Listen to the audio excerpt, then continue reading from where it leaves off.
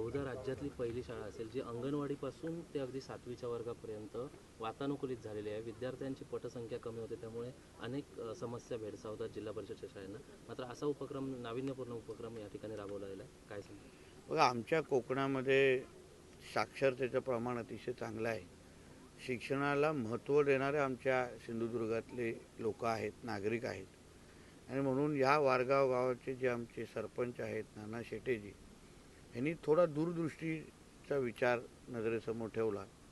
आपण सगळ्या जणांना सातत्याने, आपण मीडियाचे मित्र म्हणून पण स्टोरी चालवता, आम्हालाही सगळ्यांना चिंता शाळेतल्या कमी होणाऱ्या पटसंख्येची आहे.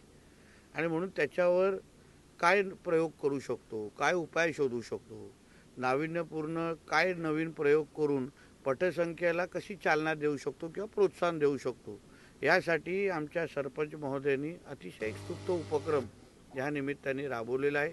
जेणेकरून ह्या शाळेमध्ये 5 रूम हे पूर्ण पद्धतीने एअर कंडिशन त्यांनी केलेले आहेत. विद्यार्थ्यांना शिकत असताना त्यांना अजून चांगल्या सुविधा देणं, जेणेकरून त्यांना शिक्षणासाठी त्यांना प्रोत्साहन आपण करू शकतो, देण्याचं काम आहे.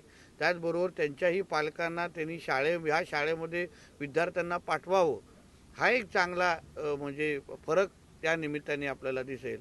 म्हणून अशा पद्धतीचे जेव्हा एक शाळा हे पाऊल टाकते, मला विश्वास आहे अन्य शाळा पण बघितल्यानंतर ह्याच दिशेने चालण्याचा निश्चित पद्धतीने प्रयत्न करतील.